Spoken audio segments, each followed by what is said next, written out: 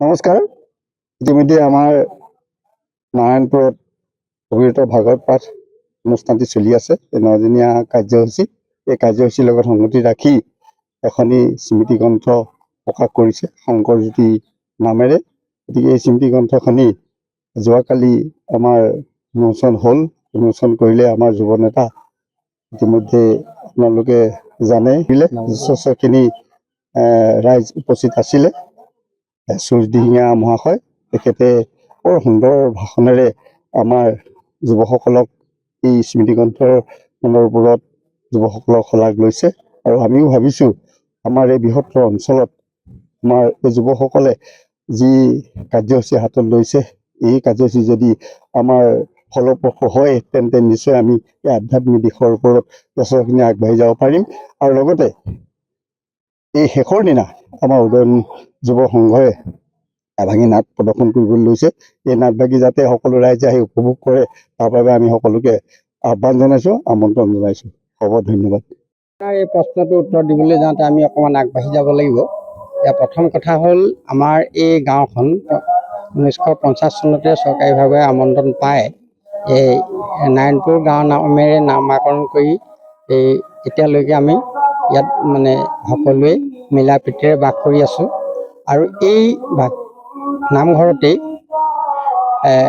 আমাৰ অবিৰত ভাগৱত পাঠ নামেৰে এটি অনুষ্ঠান ইয়াতে আৰম্ভ হৈছিল। এই অনুষ্ঠানভাগি বৰ্তমানলৈকে 29টা বছৰ অতিক্ৰম কৰিছে।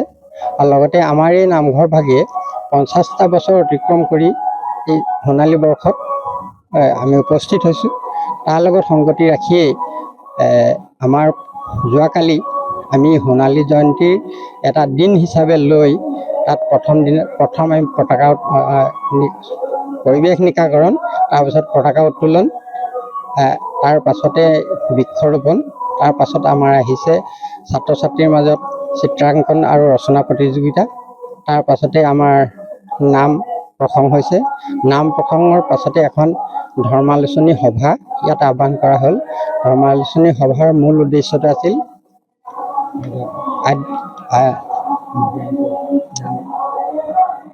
বৰ্তমান সময়ত যুৱ প্ৰজন্মৰ আধ্যাত্মিক দিশৰ মানসিকতা, এই বিষয়টো লৈ পেলাই এখন আমাৰ ধৰ্মালোচনী সভা অনুষ্ঠিত কৰা হৈছিল। তাৰ পাছতেই আমাক শিল্পী আমন্ত্ৰণ কৰা হৈছিল।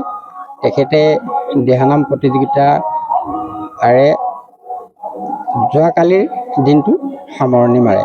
আজি পুৱাও দ্বিতীয় দিনা আজি পুৱা নিকাকৰণৰ পিছত আমি ভাগৱতৰ ভ্ৰমণৰ যিটো কাৰ্যসূচী সেই ইতিমধ্যে সেয়া চলি আছে। তাৰ পাছতে আমাৰ এতিয়া বৰ্তমান তাৰ পাছতে নাম প্ৰসংগ হ'ব। নাম প্ৰসংগৰ পাছতেই আমাৰ ভাগৱত ভ্ৰমণ আহি উপস্থিত হোৱাৰ লগে লগে আমি ভাগৱতৰ শুভাৰম্ভ কৰা হ'ব। ভাগৱতৰ শুভাৰম্ভ কৰাৰ বাবেও আমি যোৰহাটৰ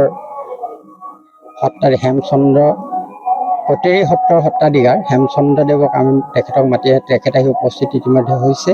তাৰ পাছতে তেখেতে শুভ উদ্বোধনৰ পাছতে আমাৰ 7 দিনৰ বাবে ভাগৱত ভ্ৰমণ চলি থাকিব। তাৰ পাছৰ শেষৰ দিনটোত আমাৰ ভাগৱত ভ্ৰমণৰ শেষত আমাৰ উদয়ন যুৱ সংঘৰ শিল্পীসকলে এভাগ ভাওনা প্ৰদৰ্শন কৰিব। সেই ভাওনাভাগীৰ নাম হৈছে বলিৰ জন্মৰ ৰহস্য। এইখিনি কাৰ্যসূচীকে লৈ আমাৰ এই 9দিনীয়া যিটো অনুষ্ঠান আমি সামৰি লৈছোঁ। ইয়াৰ মাজতে আপোনাক কৈছোঁ যে আমাৰ বিশেষকৈ আমি এই 9দিনীয়া কাৰ্যসূচী লৈছোঁ। এই 9দিনীয়া কাৰ্যসূচী আমি ভকত বৈষ্ণৱসকলক বিনম্ৰভাৱে আহ্বান জনাইছোঁ তেখেতে যে আমাৰ এই কাৰ্যসূচীটো সুচাৰুৰূপে পৰিচালনা কৰাত আমাক সহায় কৰে। লগতে আমাৰ যি উদয়ন যুৱ সংঘই ভাওনা প্ৰদৰ্শনৰ যি ব্যৱস্থা কৰিছে, সেই তাতো আহি অংশগ্ৰহণ কৰি আমাৰ কাৰ্যবিলাক সুচাৰুৰূপে পৰিচালনা কৰাত যাতে সহায় কৰে, তাৰ প্ৰতি আমি ৰাইজৰ প্ৰতি আহ্বান জনাইছোঁ। যিকোনো খবৰৰ বাবে যোগাযোগ কৰক আমাৰ এই নম্বৰত 9181 307 221।